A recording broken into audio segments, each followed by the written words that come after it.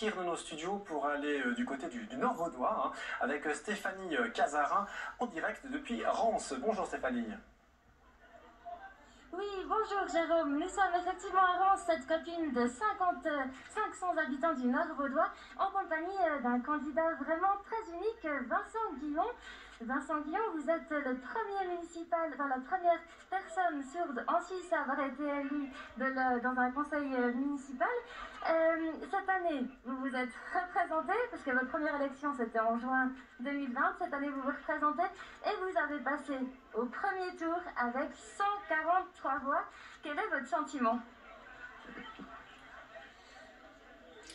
Mon sentiment est... Je suis très content, satisfait, soulagé, après ces 2 semaines de stress. Je vais pouvoir continuer mon travail en toute sérénité. Parce que justement, vous avez déjà fait un mandat. Comment ça s'est passé? Comment vous avez fait pour suivre les séances de la municipalité et pour honorer votre mandat? Ça fait 8 mois que je suis à la commune et j'ai beaucoup de plaisir à fonctionner, à avoir des dicastères. Je suis en mode apprentissage. J'ai 2 interprètes qui se relagnent une semaine sur 2. Et c'est vraiment... ça m'aide beaucoup. On voit, c'était pas gagné d'avance, il y a beaucoup de difficultés. Mais pourquoi vous vous êtes lancé dans la politique? Quel est votre but justement en vivant cette expérience? Parce que j'aime la politique. Et puis, je suis amoureux de mon village. C'est une déclaration d'amour au peuple. Et puis, je trouvais depuis quelques années que le village avait des lacunes en matière de circulation, etc. Et je n'avais pas peur. À un point, l'AI rembourse une partie des frais de traduction, mais pas tout. Est-ce que c'est quelque chose qui a avancé en ce moment? C'est aussi un de vos combats, je crois.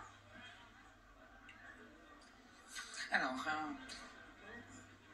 pour une semaine, un mois de municipalité, j'ai droit à environ 5 séances par mois.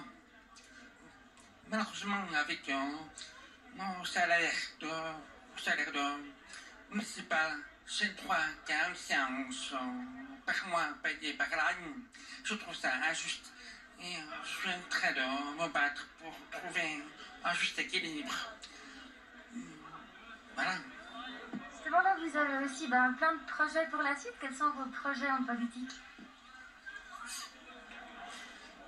Alors, je vais finir mon mandat de 5 ans. Mais entre-temps, je pense à me présenter au conseil vaudois.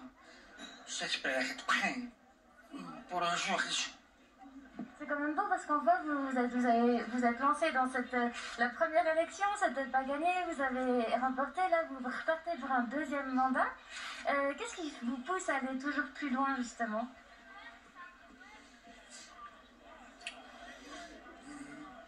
C'est la motivation, l'amour du village, et puis l'envie d'apprendre, d'avoir de nouveaux défis,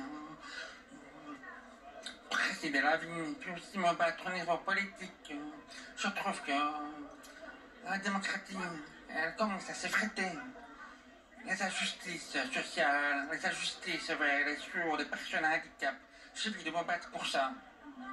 C'est vraiment un très beau combat et je crois que là, en ce moment, on vote pour le syndic, parce que les conseillers municipaux, les municipaux sont déjà élus et vous vous présentez pour ce poste de syndic. Du coup, on vous souhaite vraiment bonne chance pour la suite et merci vraiment infiniment d'avoir fait cette interview. Merci à vous. Et quant à nous, on se retrouve dans 1 heure à Crissier pour parler de politique en famille.